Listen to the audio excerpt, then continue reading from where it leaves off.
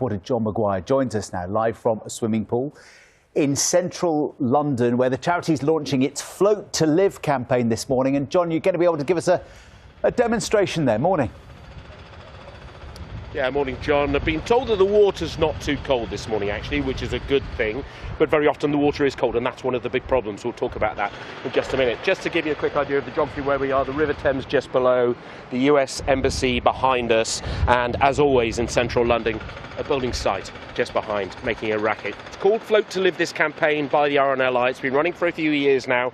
They run it because they provide lifeguards at around 240 beaches around the UK, and so they try to educate people as much as possible to let them know what to do if they enter the water, especially accidentally. Although in Michael's case, Michael Whiteley, good morning to you, Michael. Good morning. I'm delighted to report living, breathing proof that this thing works. But you were swimming.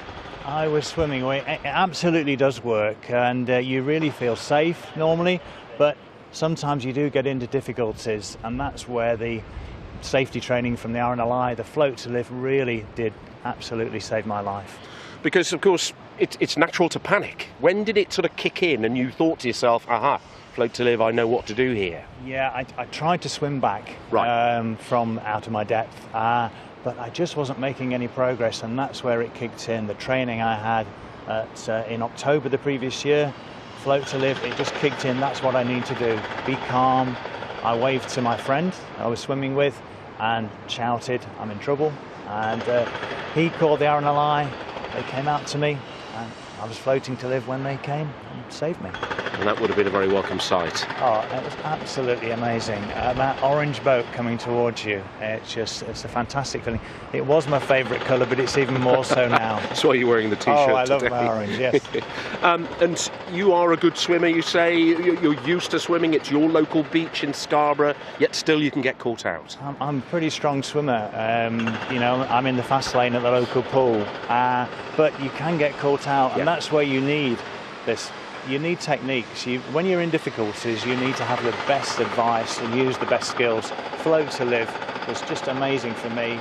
It saved my life, and I think it's going to save other people's lives. They listen. You know, when they hear somebody who's been in difficulties, the message really hits home.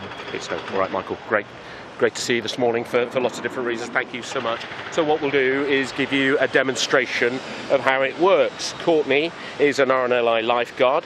She's going to run through things with us. Courtney, morning. Apparently the water's not too cold, so I think I've been promised it's quite warm. So one of the biggest issues is if people accidentally fall in the water. So we're going to fall in. Give it a demonstration. We're going to fall in.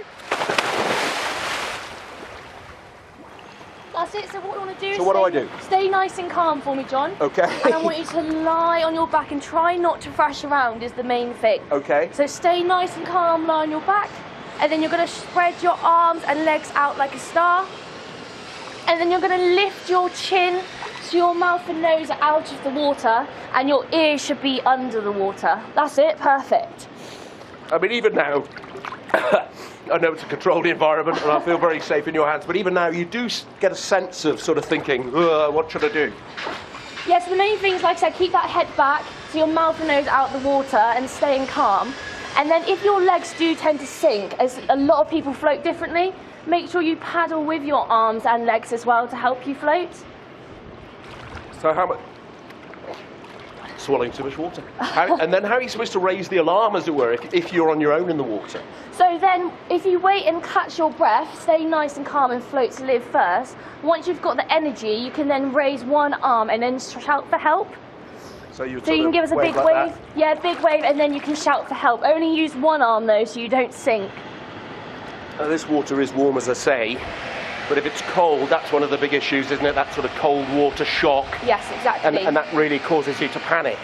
Yeah, and that's why it's really important to float and then stay calm so you can reserve your energy so you can either then swim to safety or wait for someone to come and help you. And I can feel it. I mean, there's a bit of air in my trousers and in my shirt, so it does give you a bit of extra buoyancy, I guess. Yeah, so the clothes can help as well. So if you fall in your clothes, you can still float to live. We spoke to somebody last year who'd seen an advertising campaign about it. We've talked about this on breakfast a few times over the last few years, trying to get that message across. Michael had been on a water safety course.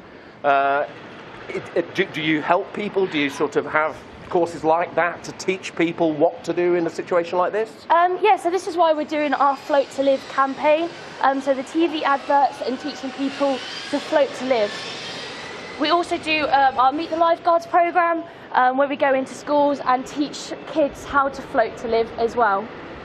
And it does, I must say, it feels, you know, as I say, controlled environment, I admit that, but you do feel quite sort of, well, not safe, but for once you can kind of get your breathing under control. You can think to yourself, you know, what shall I do? Try to come up with an action plan. Is that the kind of thing that you should, I suppose your brain's going in all sorts of different directions. You must try to discipline it and tell it, you know, let's relax, really. Yeah, exactly that. And that's why with the Float to Live, it gives you a chance to calm down and actually then make a plan of what you can do to, like I said, either swim to safety or wait to be rescued. But it's really important that when you first fall in, not to thrash and to stay calm and just remember that float to live. Not to thrash about. All right, Exactly Courtney, that. thank you so much. Thank you, In John. safe hands, as I say. It's a simple message, isn't it? Float to live. Easier said than done, perhaps. But one of the things the RNLI is recommending is to practice. Take the kids out, practice, try and teach people so that if the unknown does happen, if you do get into problems, then you'll hopefully have an action plan and you'll be able to save your own life before these guys can come along and take you to safety. Right, you two?